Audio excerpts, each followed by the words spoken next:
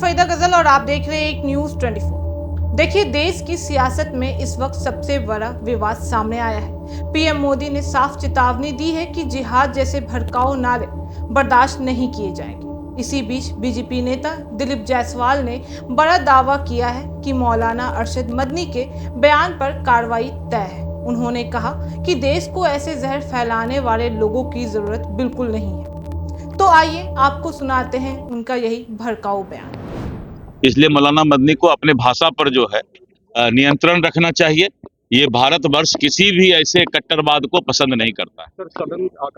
सदन कल से चलेगा। पहले प्रोटेम स्पीकर सबको ओथ दिलवाएंगे, उसके बाद जो है विधानसभा अध्यक्ष का चयन होगा और उसके बाद फिर जो है सत्र चलेगा। सर, लॉ एंड ऑर्डर की सवाल उठाएगी विपक्ष, घेरने की तैयारी। विपक्ष का सबका सुरक्षा करवा देते हैं, चिंता मत कीजिए। आज प्रधानमंत्री जी ने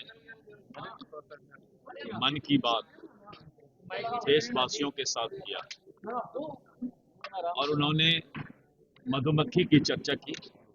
किस तरह से मधुमक्खी कश्मीर के वादियों में बंद तुलसी से और मध बनाने का काम करते हैं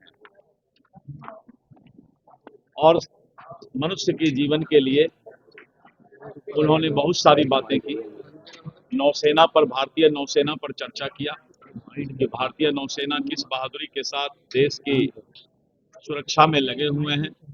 उन्होंने भूटान की भी चर्चा की और भूटान के चर्चा के बाद उन्होंने जो भगवान बुद्ध के अवशेष हैं पूरे दुनिया में भारत से लोग ले जाकर के भारत के प्रति आभार व्यक्त कर रहे हैं, इस बात की भी चर्चा उन्होंने किया।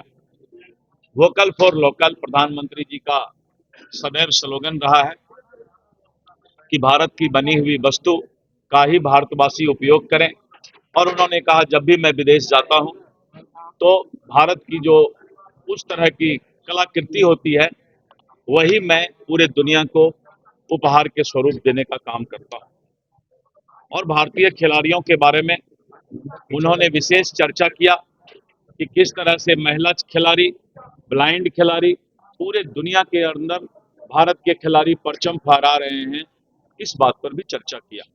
प्रधानमंत्री जी के मन की बात से बहुत ही ज्यादा मोटिवेशनल जो उनका स्पीच होता है और देश के अंदर सुदूरवर्ती जगह का भी जो वो चर्चा करते हैं, तो पूरे देश को एक बार देखने का मौका प्रधानमंत्री जी के मन की बात में मिलता है।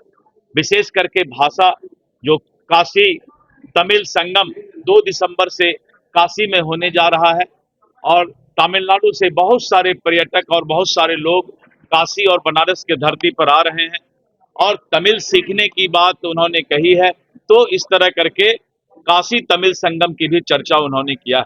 आज का प्रधानमंत्री जी के मन की बात से बहुत कुछ समझने, सीखने और जानने का अवसर मिला। विशेष